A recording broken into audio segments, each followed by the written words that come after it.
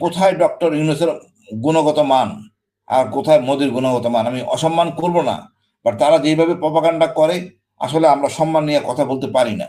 এই কূটনীতিক চালে ডক্টর ইউনূস বিজয়ী। ডক্টর ইউনূস 10 বছর আগে একটা ওনাদের মোদির কর্তৃক একটা গোল্ড মেডেল রিসিভ করতেছেন, তার একটা ছবি। উনি ওই ছবিটা বানায় নিয়ে গেছেন বাংলাদেশ থেকে, আমরা কেউ জানি না, এই সরকারও জানে না। উনি ওটা ওনাকে গিফট করেন, যার জন্য মোদি প্রস্তুত ছিলেন না। কতটা চমকপ্রদ হইতে পারে ওই ওই টিমের লোকরা হয়তো জানে না। এই ছবি দিয়ে মোদিকে বুঝাই দিলেন, তুমি আমারে গোল্ড মেডেল দিয়া কিন্তু 15 সালে রিসিভ করছো, সম্মাননা দিচ্ছ। যে অনুষ্ঠান যারা দেখছেন সবাইকে আসসালামু আলাইকুম। রবি ভাই আসসালামু আলাইকুম। আসলে যতটা আশা করা হয়েছিল এই অনুষ্ঠানটা যাব, অনুষ্ঠানটা নিয়ে তার চেয়েও বেশি চমকপ্রদ হয়েছে জিনিসটা। আমি খুব এনজয় করতেছিলাম কি হচ্ছে। যেই দেশ, যে দেশের সেনা প্রধান বলতেছে নির্বাচনের পরে সম্পর্ক উন্নয়ন হবে, অর্থাৎ এই সরকারকে স্বীকৃতি দিতে রাজি হয় নাই। আজকে আপনারা দেখছেন সকল রাষ্ট্রনায়করা বসে আছেন, ডক্টর ইউনূস সবার শেষে ঢুকলেন, এক এক করে সবাই দাঁড়ালেন এবং মোদিও দাঁড়ালেন। মোদি হ্যান্ডশেক করে ইশারা দিলেন ওনাকে বসার জন্য। তারপর ওনাদের ডিনারটা ছিল যেটা পাশাপাশি, সাইড লাইনে টক হবে কিনা অনেক মানে তর্ক বিতর্ক, ফাইনালি অনেক কথা হয়েছে। সেই কথার মধ্যে কি হয়েছে এগুলো অনেক উত্তপ্ত বিষয়, যেটা আমরা এই গত 16 বছরে ভাবতেও পারি নাই। আমাদের সেই ডক্টর ইউনূস সেটা করে দেখাইছেন। এ ভদ্রলোক প্রথমেই বলছেন শেখ হাসিনাকে ফেরত দেওয়ার ব্যাপারে, গণহত্যার অপরাধী। মানে কতটা আত্মবিশ্বাসী এবং কনফিডেন্ট হলে এই কথা বলতে পারে। অনেক কথাই বলা যায় যেটা হয়তো আমলে নেওয়া যায় না, বাট ডক্টর ইউনূস বলছেন ফেরত দেওয়ার ব্যাপারে। তারপরে উনি কথা বলছেন তিস্তার পানি বন্টন, কথা বলছেন পদ্মার পানি চুক্তির বিষয়ে যে এটাকে রিনিউ করতে হবে। উনি সীমান্ত হত্যা নিয়ে কথা বলছেন। সবগুলি আমাদের প্রাণের কথা, জনগণের কথা, মানে কাঙ্ক্ষিত কথা, যেটা শেখ হাসিনা কখনো বলে নাই। আমরা আসলে সত্যি গর্বিত। তারপরে দেখেন এর পরপর কি হলো, সকল কিছু হয়েছে, কোনোটা যেটা পাওয়া চাওয়া মানে তেলস্পদের কি মানে শেষটায় কি হলো, ডক্টর ইউনূস 10 বছর আগে একটা ওনাদের মোদির কর্তৃক একটা গোল্ড মেডেল রিসিভ করতেছেন, তার একটা ছবি। উনি ওই ছবিটা বানায় নিয়ে গেছেন বাংলাদেশ থেকে, আমরা কেউ জানি না, এই সরকারও জানে না। উনি ওটা ওনাকে গিফট করেন, যার জন্য মোদি প্রস্তুত ছিলেন না। কতটা চমকপ্রদ হইতে পারে ওই ওই টিমের লোকরা হয়তো জানে না। এই ছবি দিয়ে মোদিকে বুঝাই দিলেন, তুমি আমারে গোল্ড মেডেল দিয়া কিন্তু 15 সালে রিসিভ করছো, সম্মাননা দিচ্ছ। এবং ইশারা যা বলার, ভাষা যা বলার, স্পষ্ট ভাষায় বলছেন। মোদি কি বলছেন আমরা জানি না। আমার বিশ্বাস জনগণের এই কূটনীতিক চালে ডক্টর ইউনূস বিজয়ী। আমি ডক্টর ইউনূস বিজয়ী না, আমরা জনগণ মানে খুবই মানে আমরা এমনটা দেখি নাই, ধরাশায়ী হইতে কাউকে। ধরাশায়ী বলবো না, আমাদের এতদিন পর জুলুম করা হচ্ছিল, আমরা চোখে চোখ রেখে কথা বলতে পারতেছি।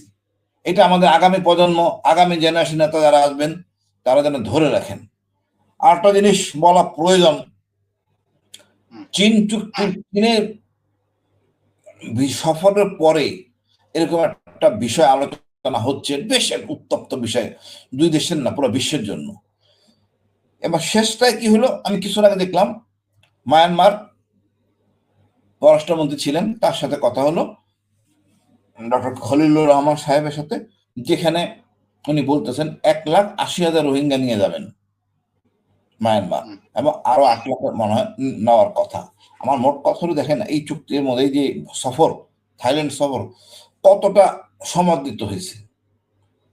আবার আমাদের ডক্টর ইউনূস গেছেন, আমি উনি একটা জায়গায় একটু শত স্বল্পতা আছে, ডক্টর ইউনূস গেছেন, ওনার পিছনে ছিলেন বসে কথা বলতেছিলেন আমাদের ডক্টর খলিলুর রহমান আর অজিত দোভাল। আমাদের গোয়েন্দারা কাউকে আমি চোখে পড়ে নাই, দেখি নাই। আমি বলবো দরকার ছিল রাখা, কাজে লাগুক আর নাই লাগুক, গোয়েন্দা প্রতিনিধি থাকা দরকার ছিল টিমে। এটা ডক্টর ইউনূসের বলবো যে আমি এই জিনিসটা একটু কেয়ারফুল হওয়া উচিত, কারণ আপনারা ওনারা চলে যাবেন, বাট এই তথ্যের আদান প্রদানের এটা কার্যকারিতা অনেক দরকার। তো সব দিক দিয়ে বলবো আমি বিজয়, খুব বিজয়, এবং আমরা উচ্ছ্বাসিত, এবং আমাদের নেতাদের বলবো এটা ক্যারি ফরওয়ার্ড করতে। একটা জায়গায় আমার একটু কনফিউশন রয়ে গেছে শেষটায়, যেটা মায়ানমারের সাথে কথাবার্তা হয়েছে 1,80,000 নিয়ে যাবে। তো মায়ানমার কোন জায়গায় নিয়ে যাবে? রোহিঙ্গাদের কোথায় নিয়ে যাবে? মায়ানমার আরাকানের লোকেরা, আরাকান তো দখল আরাকান আর্মির কাছে। এই কথা বলাটা কি গ্রহণযোগ্যতা আছে বা কতটুকু গ্রহণযোগ্যতা আছে আমি কিন্তু কিছুই বুঝতেছি না। এটা আকিয়াবের 20,000 লোক, মানে সিতোয়া এলাকার 20,000 লোক আমার বাংলাদেশে আছে, 1,80,000 নিয়ে কোথায় রাখবেন? কোন প্রদেশে নিয়ে যাবেন? আমি আসলে বুঝতেছি না জিনিসটা। এটা কি অন্য কোনো উদ্দেশ্য আছে, না চাপে রাখা আরাকান আর্মিকে? হইতে পারে। যাই হোক, আমরা মঙ্গল কামনা করব, শান্তি কামনা করব। এবং আপনি যেটা বললেন চট্টগ্রাম দখল, আসলে এটা পাগলামি ছাড়া এগুলো কিছুই না। যেহেতু তারাই আমাদেরকে উত্ত্যক্ত করতেছে, এখন আমাদের সুযোগ হয়েছে। আমি মিরেশ্বরায় যে 900 একর জমি দেওয়া হয়েছিল ভারতকে, এটা বাতিল করে দেওয়া উচিত, জরুরি ভিত্তিতে বাতিল করে এখানে একটা ক্যান্টনমেন্ট করা উচিত। এবং আমার মনে হয় যাতে আর কোনোদিন এই নিয়ে প্রশ্নবিদ্ধ না হয়। মংলা পোর্ট যেভাবে দেওয়া হয়েছিল ভারতকে, ভারতকে সরাই দেওয়া হয়েছে। চীনের সাথে এখন কথাবার্তা চলতেছে, আমি মনে যুগোপযোগী সিদ্ধান্ত। ধন্যবাদ ভাই। চট্টগ্রাম দখল খায়েশ থাকতেই পারে, খায়েশ কার না আছে কত কিছু করার, কতটুকু করতে পারবে আমরা জানি। ধন্যবাদ ভাই। জি, আমি আরেকটু আপনার কাছে শেষ করি যে বৈঠকের আজকের যে বৈঠকটা হয়েছে, অনেকে বলছেন যে মোদি এক প্রকার বাধ্য হয়ে বৈঠক করেছেন, কারণ এর আগে যে চীন সফর ছিল, 7 সিস্টার্স নিয়ে আলোচনা হয়েছে, তারপর থেকেই ডক্টর মোহাম্মদ ইউনূসকে ভারত সিরিয়াসলি নিচ্ছেন এমনটাও বলা হচ্ছে। আসলে কথাগুলোর বাস্তবতা কতটুকু? যে 7 সিস্টার নিয়ে বক্তব্য দেওয়াটাই কি ডক্টর মোহাম্মদ ইউনূসকে মাথা ব্যথার কারণ হয়ে দাঁড়িয়েছে ভারত? আচ্ছা, ডক্টর ইউনূস ভাই এমন কিছু বলেন নাই 7 সিস্টার নিয়ে, যেটা নতুন সৃষ্টি হয়েছে। এটা ল্যান্ডলক কান্ট্রি স্বীকৃত, আল্লাহ প্রদত্ত, যদি তারা নিজেদের অবস্থান পরিবর্তন না করে, ভৌগোলিক সীমাবদ্ধ। ডক্টর ইউনূস সেই কথাই বলছেন। ডক্টর ইউনূস কি বলছেন? এই ল্যান্ডলক কান্ট্রিটা এই সুবিধা, জনগণ আমাদের পোর্টের সুবিধা পাইতে পারে, আমরাই যত বেশি এই উপকার দিতে পারবো, যেহেতু বঙ্গোপসাগরে সি আছে।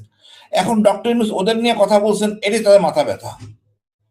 কারণ কারণ হলো ডক্টর ইউনূস 7 সিস্টার নিয়ে কথা বলছেন, এই কথা ডক্টর ইউনূস বলতে পারেন না, তারা মনে করেন যে এই 7 সিস্টার লোকজন হলো নিপীড়িত, নির্যাতিত এবং অনুন্নত অঞ্চল।